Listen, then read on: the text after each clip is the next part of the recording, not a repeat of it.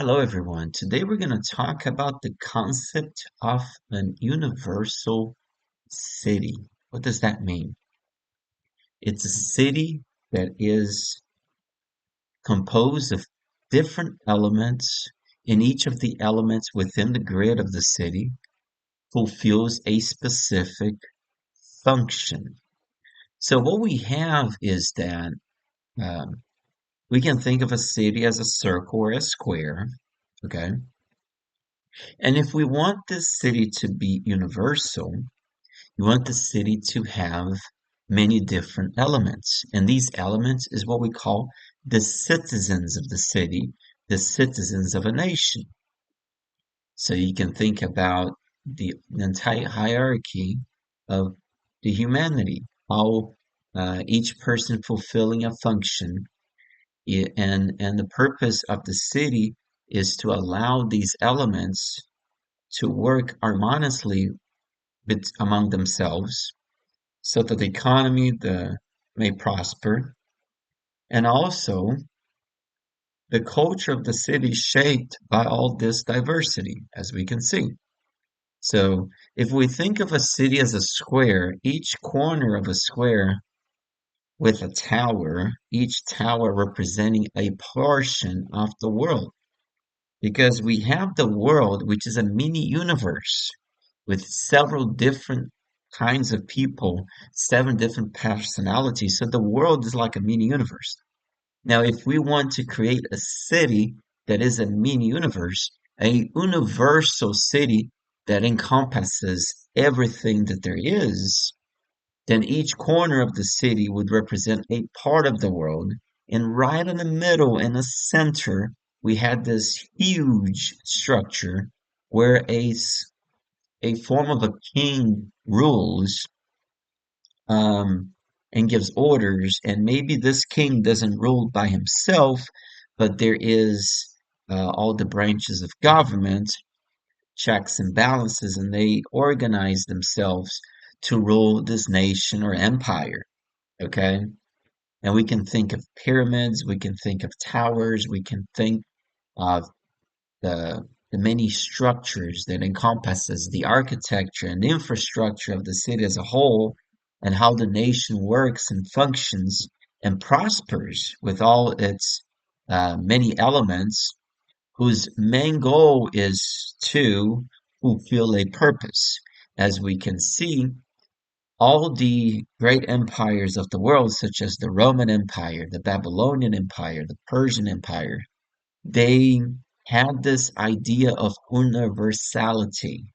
That means the universe in the empire. So it's a little bit, it's pieces and bits of information and generating a truly world empire. And the great city, which represents this nation, this grid, this matrix, is a representation of how people can come together to establish a kingdom, to establish an organization, which can only prosper if all the elements are doing their job correctly, with people interacting with other people. We have, for example, the World Wide Web, which is sort of like that. It's really a grid, and you've got all the servers around the world providing us with all the bits of information. And quite recently, we have the development of artificial intelligence and machines and robots and computers gaining consciousness. So this indicates the universality of our technology in connecting different parts of the world into a single framework, which we call the internet, which we call globalization, which we call the modern reality, humanity. But the concept of universality, the concept of a one universe within a system, within a grid, goes way before the inventor at the discovery of electricity and magnetism. It goes way before the creation of computers and televisions and radios. It goes within the ancient world where the Sumerians were the first ones to establish the civilization, and where the Babylonians were the very first ones to bring all the world together, and the Persians also did the same. The Persians called themselves the King of Kings, and the immortals, right? The soldiers um, that put order in the empire.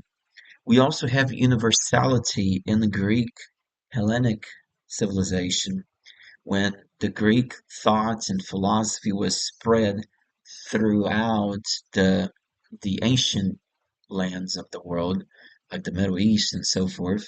So the the only thing different is a change in name and change of location from where the epicenter of the civilization is located on the planet.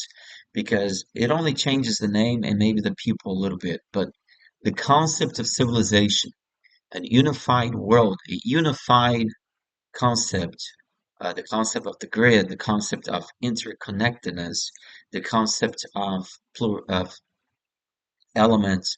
This is a very old concept, which is now can also be applied to the World Wide Web, which now can also be applied to what we have in front of us, which is computers and cell phones that have truly revolutionized the way we identify ourselves as a human being and as a civilization as a whole.